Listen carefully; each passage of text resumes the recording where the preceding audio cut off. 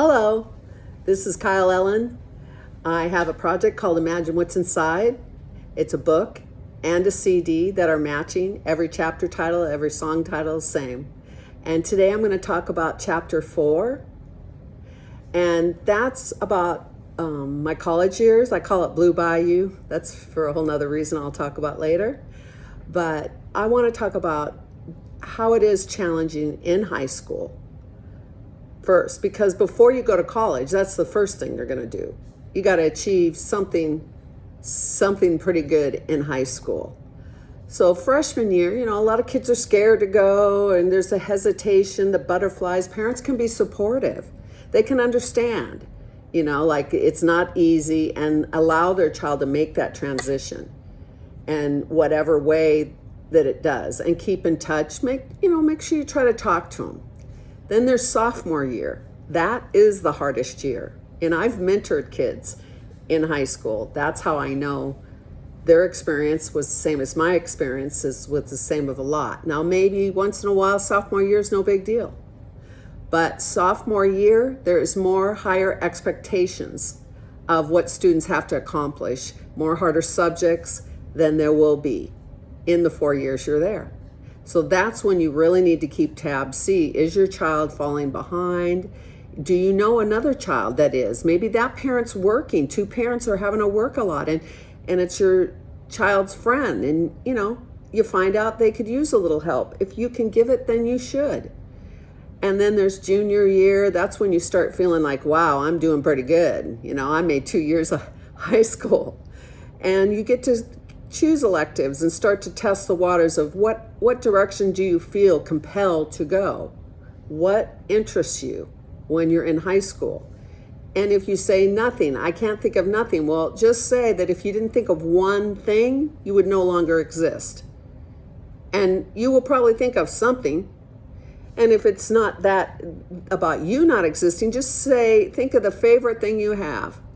Whatever that is, your dog, your friends. Think if you can't think of one thing that interests you, that you would like to do something more with, learn more with, and it's true. Some people know before they go to college, some people don't. Some people figure it out along the way. So the best thing parents can do is just give them your time. Listen to them. Just give them your undivided attention and your time. Get off your phone, let the buddies or the work or whatever just take a break. You don't have to take a year doing it when you're sitting there with your child. You can just, even 20 minutes, an hour, just every day, something of significance to help them along on their journey, because it's not easy in high school, and it's not getting any easier every generation. So then when you graduate in a senior, you think, ha, ha, ha, I'm great. But then that's when all the SAT, the ACT, all the prom, all the this and the that. And I just want to tell parents, you need to stay in touch. You need to stay communicating, whether it's by text, a word here and a word there, because they are under 18. They don't always make the best decisions. And yes, kids, we are going to keep telling you what is the best decision, because we heard it when we were growing up. And that's a good parent. That's on a good day for a good parent. So every parent can make a bad choice, to not maybe make the best dinner, or, not any type of clear-cut abuse, but just not always be able to say the perfect thing. But we try. If we're good parents, we try. And that's what matters, is we're trying to stay in touch and oversee and just keep in touch. Communicate with your child, the one you wanted to have and raise so badly, so that when they are a senior and they graduate, and everybody's always excited, yay, I'm a senior, they just think it's the greatest thing until they realize, now I'm in summer and I'm going to college, and maybe I'm leaving the state, but for sure, maybe I'm leaving home, but maybe not. Maybe I'm having to work and go to college. Or maybe I've chose some type of other profession. So now you're entering the big bad world at 18 years old. It's a very young age.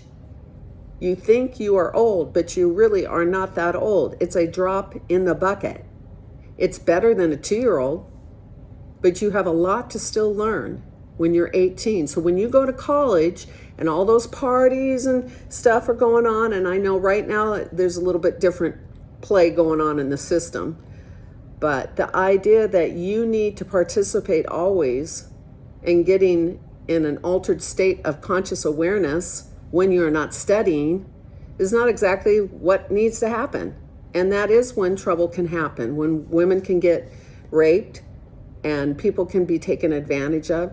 So I would say for those people that are complaining right now, maybe they're having to do college from home, it might be the best thing, because what I learned in my college, which was non-traditional, was that nobody is going to hold a gun to your head when you're studying in college.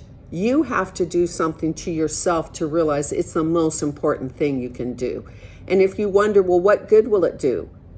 I mean, I have a master's in psychology. I've never been a counselor, but I've learned and researched a whole lot. But it will mature you in a way. It will prepare you in life, going to college, working hard, getting through those classes, retaking a class if you have to, pulling all-nighters, staying awake all night, even though you could have maybe done your homework more along the way. And pretty much everybody graduates college probably has had one of those, at least.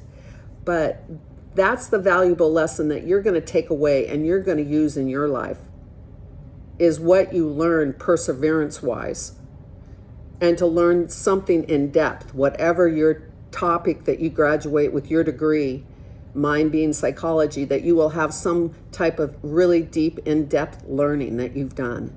And it's a wonderful time in your life, and it can be full of all kinds of things. You can participate at the college like I did. I joined the Student Life Committee, got up at 8 o'clock every Saturday for 2 years. There's always something at a college that you can volunteer to help here or help there, or maybe work at the college. I worked at the University of Redlands maintenance crew, helping the gardeners. It was a tremendous eye-opening experience, because every time you go out in the world, you do something different that's in a positive direction. It's a great experience. It goes into your essence of who you are, and you can carry that forward, the lessons that you learn, the good things that you learn. So I'm just here saying that, college is really valuable. You don't know what you're doing when you show up there. You're scared to death half the time. You're trying to make some friends.